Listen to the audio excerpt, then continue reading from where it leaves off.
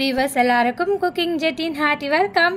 இந்த வீடியோல தக்காளி குழம்பு டேஸ்டியா எப்படி செய்யறதுன்னு பார்க்க போறோம். இந்த தக்காளி குழம்ப சாப்பாடு, சப்பாத்தி, தோசை, ஃபுல்கா, ராகி சப்பாத்திக்கு கூட நம்ம இதை சைட் டிஷ்ஷா வச்சுக்கலாம். இந்த தக்காளி குழம்ப நம்ம சாப்பாடோட சேர்த்து சாப்பிடும்போது அதுக்கு சைட் டிஷ்ஷா காராமணி பொரியல், பீன்ஸ் பொரியல், பரங்கிக்காய் பொரியல், இந்த மாதிரி ஏதாவது ஒரு பொரியலை வச்சுக்கலாம். சிம்பிளா வேணும்னா அப்பளம் கூட நம்ம பொரிச்சு வச்சுக்கலாம். இந்த ரெசிபி உங்களுக்கு பிடிச்சிருந்ததுன்னா லைக் போடுங்க. நம்ம சேனல்ல அப்லோட் பண்ற ரெசிபி வீடியோஸ்லாம் பார்க்கணும்னா அதுக்கு சப்ஸ்கிரைப் பண்ணி மறக்காம பெல் பட்டனை அழுத்தி வச்சுக்கோங்க. அப்பதான் நான் அப்லோட் பண்ற வீடியோஸ்லாம் உங்களுக்கு நோட்டிபிகேஷன்ல காட்டும். இப்போ வாங்க இந்த தக்காளி குழம்பை எப்படி செய்யறதுன்னு பார்க்கலாம்.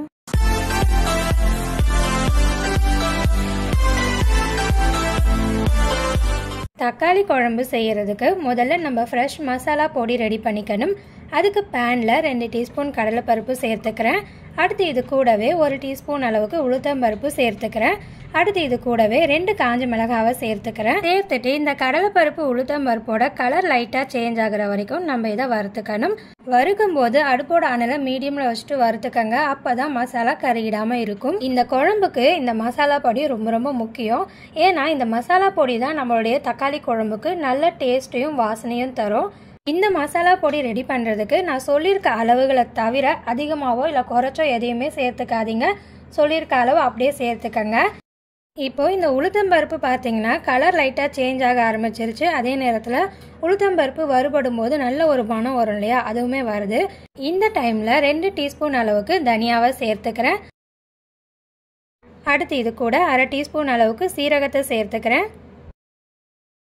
அடுத்ததாக இதில் 1/4 டீஸ்பூன் அளவுக்கு வெந்தயத்தை சேர்த்துக்கிறேன். இப்போ நான் இதை வறுத்துக்கிறேன். சீரகம் சேர்த்ததுக்கு அப்புறமா இந்த மசாலாவை வந்து நம்ம ரொம்ப நேரம் வறுக்கக்கூடாது.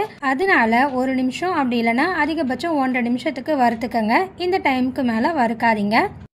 இப்போ இந்த மசாலாவை நான் 1 நிமிஷத்துக்கு நல்லா வறுத்துட்டேங்க. இப்போ இதை எடுத்து ஆற வச்சுக்கிறேன். இந்த மசாலா நல்லா ஆறினதுக்கு அப்புறமா இதை அரைக்கிறதுக்காக மிக்சி ஜாரில் சேர்த்துக்கிறேன். சேர்த்துட்டு நல்லா பவுடர் பதத்துக்கு அரைச்சிக்கிறேன். இப்போ பாருங்கள், நம்மளோட ஃப்ரெஷ் மசாலா சூப்பராக ரெடி ஆயிடுச்சு. இப்போ இது இருக்கட்டும். அடுத்ததாக தக்காளி குழம்பு செய்யறதுக்கு கடாயில் 4 டேபிள் ஸ்பூன் அளவுக்கு கடலை எண்ணெய் சேர்த்துக்கிறேன். இந்த குழம்புக்கு வந்து எண்ணெய் கொஞ்சம் அதிகமாக இருந்தால் நல்லாயிருக்கும். அதனால 4 டேபிள் ஸ்பூன் அளவுக்கு எடுத்துருக்கிறேன். உங்களுக்கு எண்ணெய் குறைக்கணும்னு விருப்பப்பட்டீங்கன்னா 3 டேபிள் ஸ்பூன் அளவுக்கு சேர்த்துக்கங்க. அதுக்கும் கீழே குறைச்சிடாதீங்க. இப்போ எண்ணெய் சூடாயிடுச்சு. தாளிக்கிறதுக்கு 1 டீஸ்பூன் அளவுக்கு கடுகு சேர்த்துக்கிறேன். கடுகு நல்லா பொரிஞ்சு முடியட்டும். கடுகு நல்லா பொரிஞ்சு முடிஞ்சிருச்சு. அடுத்ததாக இதில் தாளிப்புக்கு 1 டீஸ்பூன் அளவுக்கு பெருஞ்சீரகத்தை சேர்த்துக்கிறேன். பெருஞ்சீரகம் சேர்த்ததுமே நல்லா பொரிஞ்சிரும். அதனால உடனே அடுத்து பூண்டை சேர்த்துக்கணும். நான் 6 பல்லு பூண்டை குட்டி உரல் யூஸ் பண்ணி இந்த மாதிரி லைட்டாக நச்சு எடுத்து வச்சிருக்கிறேன். அதை இப்போ சேர்த்துட்டு வதக்கிக்கிறேன். பூண்டை 30 செகண்டுக்கு மட்டும் வதக்கிக்கங்க. 30 செகண்ட் வதக்கினதுக்கு அப்புறமா இதில் வெங்காயத்தை சேர்த்துக்கணும். நான் வந்து 100 கிராம் சின்ன வெங்காயத்தை இந்த மாதிரி நீல வாக்கில் கட் பண்ணி எடுத்து வச்சிருக்கிறேன். அதை இப்போ இதில் சேர்த்துக்கிறேன். இந்த வெங்காயத்தை கூடவே 1 கொத்து கருவேப்பிலையை சேர்த்துட்டு வதக்கிக்கிறேன். வெங்காயம் வதக்கிற பதம் பார்த்தீங்கன்னா வெங்காயத்தோட கலர் லைட்டாக சேஞ்ச் ஆகி வரும். அது வரைக்கும் வதக்கிக்கங்க. இந்த குழம்பு செய்யறதுக்கு நான் சின்ன வெங்காயம் யூஸ் பண்ணியிருக்கிறேன். ஏன்னா இந்த சின்ன வெங்காயம் நம்மளுடைய குழம்புக்கு டேஸ்ட்டை நல்லா எடுத்து கொடுக்கும். அதனால யூஸ் பண்ணியிருக்கிறேன். சின்ன வெங்காயத்துக்கு பதிலாக நம்ம வந்து இந்த குழம்புக்கு பெரிய வெங்காயத்தை கூட யூஸ் பண்ணிக்கலாம். பெரிய வெங்காயம் யூஸ் பண்ணிங்கன்னா 1 வெங்காயத்தை நல்லா பொடியாக கட் பண்ணிவிட்டு சேர்த்துட்டு வதக்கிக்கங்க.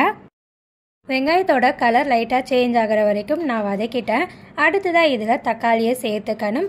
3 மீடியம் சைஸ் தக்காளியை இந்த மாதிரி பொடியாக கட் பண்ணி எடுத்து வச்சிருக்கிறேன். அதை இப்போ இதில் சேர்த்துக்கிறேன். இந்த தக்காளியோட குவான்டிட்டி பார்த்தீங்கன்னா அப்ராக்சிமேட்டாக 1/4 கிலோ அளவுக்கு வரும். எப்போவுமே இந்த தக்காளி தொக்கு, தக்காளி குழம்பு, தக்காளி சாதம் இப்படி எது செய்தாலுமே 1:3 ரேஷியோவில் எடுத்துக்கலாம். அதாவது 1 பங்கு வெங்காயம்னா 3 பங்கு தக்காளி அந்த மாதிரி எடுத்துக்கலாம். நான் வந்து எப்போவுமே வந்து ஒரு 50 கிராம் குறைச்சி தான் சேர்த்துப்பேன். அதனால 1/4 கிலோ அளவுக்கு தக்காளி சேர்த்துருக்கிறேன். இது வந்து நமக்கு கரெக்டாக இருக்கும். நீங்களும் இந்த தக்காளி குழம்பு, தக்காளி சாதம், தக்காளி தொக்கு செய்யறதுக்கு இந்த அளவுக்கு ஃபாலோ பண்ணிக்கோங்க. எப்போவுமே நல்லா இருக்கும்.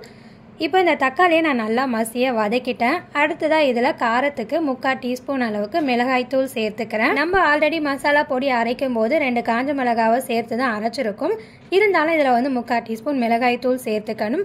ஏன்னா இந்த தக்காளி புளிப்போட காரம் சேரும்போது தான் குழம்பு நல்லா காரசாரமாக தக்காளி புளிப்போட சாப்பிட்றதுக்கு நல்லா இருக்கும். அடுத்ததாக இதில் 3/4 டீஸ்பூன் தனியா தூள் சேர்த்துட்டு கூடவே 1/4 டீஸ்பூன் அளவுக்கு மஞ்சள் தூள் சேர்த்துக்கிறேன்.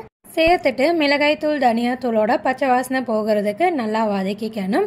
பச்சை வாசனை போக நல்லா வதக்குனதுக்கு அப்புறமா இதில் குழம்புக்கு தேவையான அளவுக்கு தண்ணி சேர்த்துக்கணும். நான் 2 கப் அளவுக்கு தண்ணி சேர்த்துக்கிறேன். அடுத்து இதில் இந்த குழம்புக்கு தேவையான அளவுக்கு உப்பு சேர்த்துக்கிறேன். உப்பு உங்களோட டேஸ்ட்டுக்கு ஏற்ற மாதிரி சேர்த்துக்கங்க. சேர்த்துட்டு இதை நல்லா மிக்ஸ் பண்ணி விட்டு குழம்ப கொதிக்க வச்சுக்கணும். இந்த தக்காளி குழம்பு திக்காக இருந்துச்சுன்னா சாப்பிட்றதுக்கு ரொம்பவே நல்லா இருக்கும். அதனால 2 கப் அளவுக்கு தண்ணி நான் இதில் சேர்த்துருக்கிறேன். உங்களுக்கு இன்னும் கொஞ்சம் லைட்டாக தண்ணியாக இருக்க மாதிரி வேணும்னா அரை கப் அளவுக்கு தண்ணி எக்ஸ்ட்ராவாக சேர்த்துக்கங்க. அதுக்கு அதிகமாக தண்ணி சேர்த்துறாதீங்க.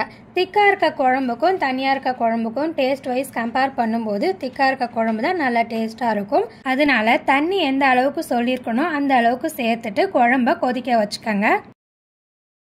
குழம்பு இந்த மாதிரி நல்லா கொதிக்கிறதுக்கு ஆரம்பித்ததும் நம்ம ஏற்கனவே ரெடி பண்ணி வச்சுருக்கோம் இல்லையா மசாலா பொடி, அதை குழம்புல சேர்த்துக்கணும். நான் இப்போ சேர்த்துக்கிறேன். இந்த மசாலா பொடி சேர்த்துட்டு கட்டி இல்லாமல் நல்லா கலந்து விட்டுக்கோங்க. மசாலா பொடி சேர்த்ததும் உடனே மிக்ஸ் பண்ணி விட்டிங்கன்னா கட்டி கட்டி ஆகாமல் குழம்புல நல்லா கலந்துக்கும். அதனால மசாலா பொடி சேர்த்ததும் உடனே மிக்ஸ் பண்ணி விட்டுக்கோங்க. இதை நல்லா மிக்ஸ் பண்ணி விட்டதுக்கு அப்புறமா குழம்புக்கு மூடியை போட்டு 3லேருந்து 5 நிமிஷத்துக்கு மீடியம் அனலில் கொதிக்க வச்சுக்கோங்க. இப்போ இந்த குழம்ப நான் 5 நிமிஷத்துக்கு நல்லா கொதிக்க வச்சுட்டேன். அடுத்து இதில் கட் பண்ண கொத்தமல்லியை தூவிட்டு அடுப்பை ஆஃப் பண்ணிவிட்டு மிக்ஸ் பண்ணி விட்டுக்க வேண்டியதுதான். அவ்வளோதாங்க, நம்மளுடைய காரசாரமான தக்காளி குழம்பு ரெடி ஆகிடுச்சு. இந்த ரெசிபி உங்களுக்கு பிடிச்சிருந்ததுன்னா மறக்காமல் லைக் போட்டுருங்க. நம்ம சேனலில் அப்லோட் பண்ணுற ரெசிபி வீடியோஸ்லாம் பார்க்கணும்னா சப்ஸ்கிரைப் பண்ணி பெல் பட்டனை அழுத்தி வச்சுக்கோங்க. அடுத்து நல்ல ஒரு ரெசிபி வீடியோவில் பார்க்கலாம். நன்றி, வணக்கம்.